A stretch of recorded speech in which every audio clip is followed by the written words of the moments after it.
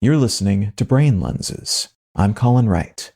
The concept of charisma was originally promoted by the ancient Greeks as the charm, beauty, creativity, and overall appealing nature, including in some cases fertility, demonstrated by their gods and goddesses. Later religions, including Abrahamic faiths like Judaism and Christianity, use charisma to refer to a capacity for leadership granted by God. Someone who essentially glows with moral correctness and religious righteousness will be able to attract and retain followers because they are thus blessed. And other people, who are, it is implied, not thus blessed, can see that. The term has also been used in non-religious contexts for a long time, and there's evidence that Hellenistic Greeks would use it metaphorically when referring to a person, the implication being that they were in some way god or goddess-like in their charm, beauty, etc. But the secular usage of the concept really took off when German sociologist Max Weber used it in his books, The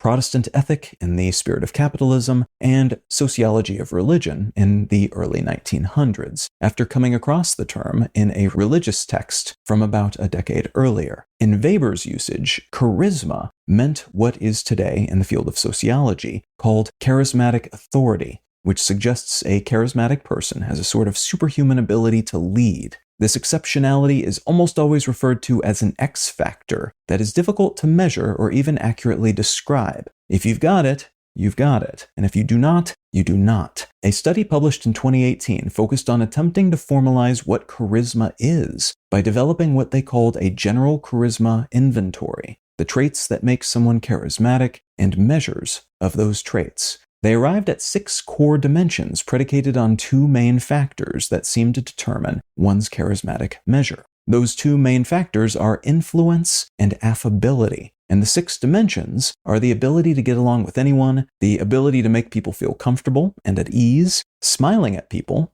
being able to influence people, having presence in a room, and knowing how to lead a group of other people. Those first 3 items are related to affability, while the latter 3 are related to influence. The researchers behind that study also found that humans are pretty good at picking up on who is charismatic and who isn't, and that we tend to be persuaded by charismatic people more than non-charismatic people, even when the charismatic ones are making objectively weaker arguments. Subsequent research has so far suggested that this trend crosses cultural and linguistic borders, and that many charismatic people have dark triad traits, especially narcissism, as that seems to influence their capacity to be influential while not affecting their affability. There's also evidence that charisma might be teachable, some of those 6 core dimensions anyway, though this is still a relatively new field of inquiry, so all of these initial findings should be taken with a grain of salt, and an assumption that a lot of people will try to sell the promise of heightened charisma without having the data to back up their claims.